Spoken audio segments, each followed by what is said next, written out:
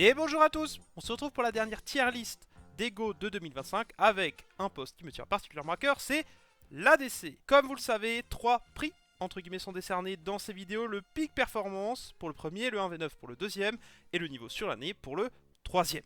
Une fois n'est pas coutume, je ne vais pas traiter les NA parce que je ne les ai pas assez regardés et du coup je les ai un peu regardés pour cette vidéo et je trouve tout simplement que l'ADC est trop le reflet de l'état de l'équipe dans laquelle il joue. Si l'équipe va bien, l'ADC perd bien, si l'équipe va mal, l'ADC perce mal.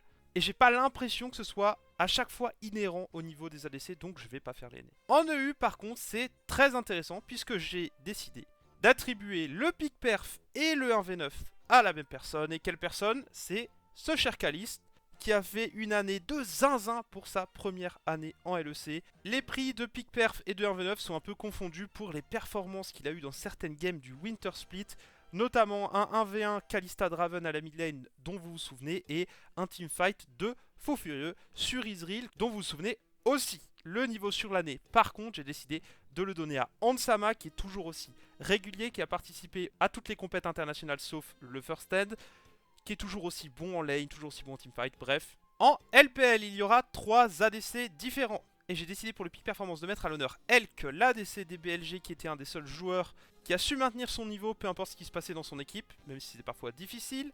En 1v9, j'ai mis Gala de chez IG, parce qu'on sait qu'avec The Shy au top et les petits problèmes qu'il y a eu dans certains moments du split, c'est le seul qui est vraiment resté bon, et dans certaines games, il était vraiment 1v9, parfois avec Rookie, mais...